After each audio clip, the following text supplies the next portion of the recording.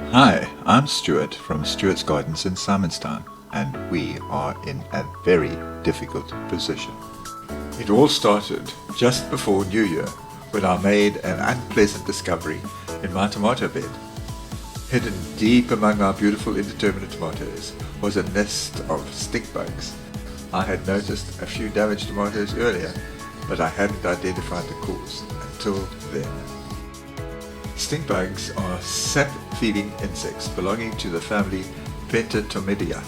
They are called stink bugs because they release a strong-smelling chemical when disturbed. This is a defense mechanism against predators. Stink bugs have piercing, sucking mouthparts known as a stylet. They do not chew plant tissue. Instead, they pierce the skin of the tomato, inject digestive enzymes, liquefy plant cells, and then suck out the contents. This causes internal damage that only becomes visible later. Pale patches, hard white areas inside the tomato, distortion, and early rot. To salvage the situation, Emmanuel and I decided to act immediately.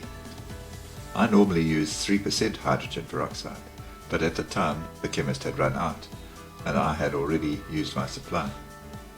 The only product available was a 40% hydrogen peroxide, which is approximately 12% concentration.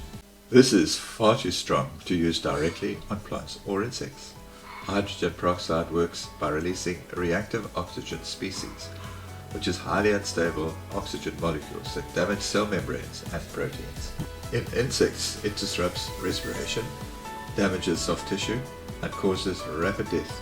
On plants, it is safe when correctly diluted and breaks down into water and oxygen, leaving no residue.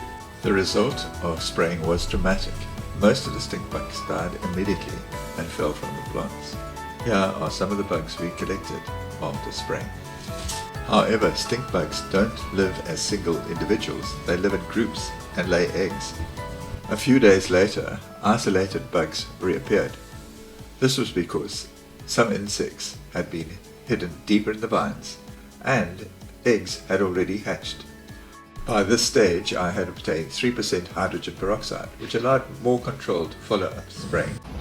So what we're going to do today, and what we have already been doing, is respraying these plants, and believe it or not, we still have stink bugs.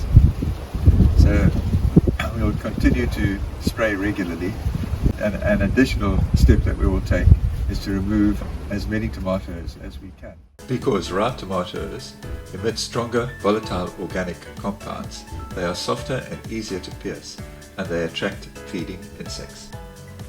Harvesting the tomatoes removes food sources, forces remaining bugs into the open, and makes detection and control much easier. During this process, we discovered many more stink bugs hiding in the vines and actively feeding. They were removed and killed manually. Although stink bugs look horrible and smell horrible, they're completely harmless to man, as are the fruit that they infect. We harvested a large quantity of tomatoes, and I was pleased to find that the majority were completely unaffected. This confirms something important. Early intervention and understanding insect behavior can prevent major crop losses. Every season teaches us something new, and this one certainly did. If this video helped you to understand what is happening in your own garden, I'd appreciate a thumbs up, and please subscribe to the channel so you don't miss future videos as we continue learning together.